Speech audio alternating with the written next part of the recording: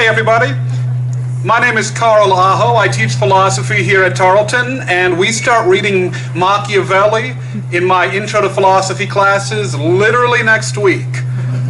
So today's festivities could not have come at a better time. I've got two things to share with you today. I've got a short statement about Machiavelli written by a librarian about why he's important, and then I'll give you something from the text of The Prince itself. So first, why Machiavelli matters.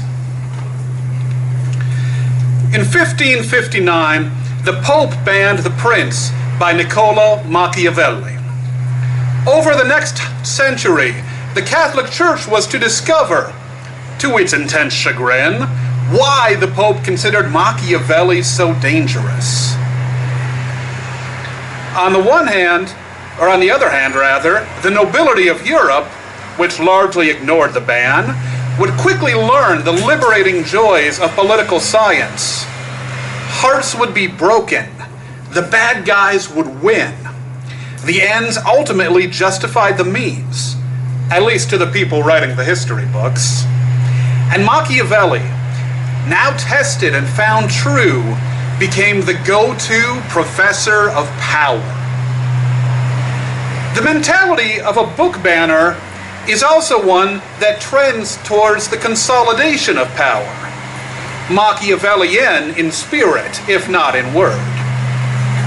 But this is a clumsy tell. Anyone who is afraid of you reading The Prince understands that The Prince is a threat, just like the Pope did.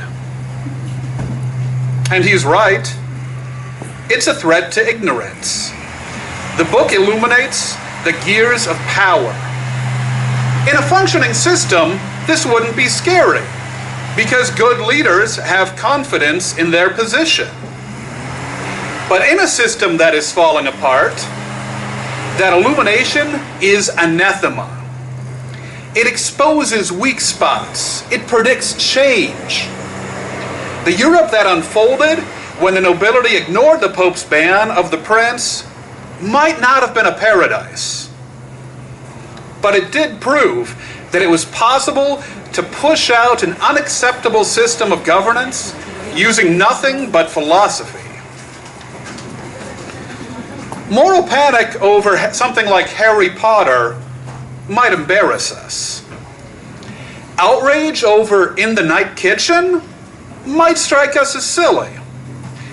But if anyone ever bans The Prince again, we should all notice immediately. Here's a book worth committing to memory, because it's the blueprint for a machine that we may someday need to fix. And without further ado, here's Machiavelli himself, picking up in the famous 17th chapter of The Prince. The question arises, is it better to be loved than feared, or vice versa? I don't doubt that every prince would like to be both, but since it is hard to accommodate these qualities, if you have to make the choice,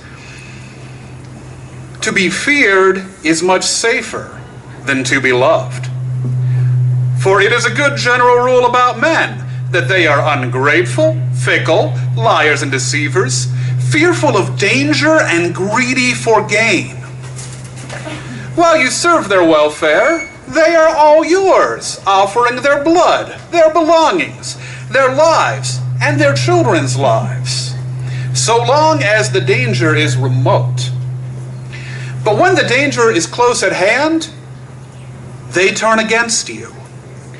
Then, any prince who has relied on their words and has made no other preparations will come to grief, because friendships that are bought at a price, and not with greatness and nobility of soul, may be paid for, but they are not acquired, and they cannot be used in times of need. People are less concerned with offending a man who makes himself loved than one who makes himself feared. The reason is that love is a link of obligation which men, because they are rotten, will break any time they think doing so serves their advantage. But fear involves dread of punishment. from which they can never escape. I conclude that, since men love at their own inclination, but can be made to fear at the inclination of the prince, a shrewd prince will lay his foundation on what is under his control, not on what is controlled by others. He should simply take pains not to be hated, as I have said.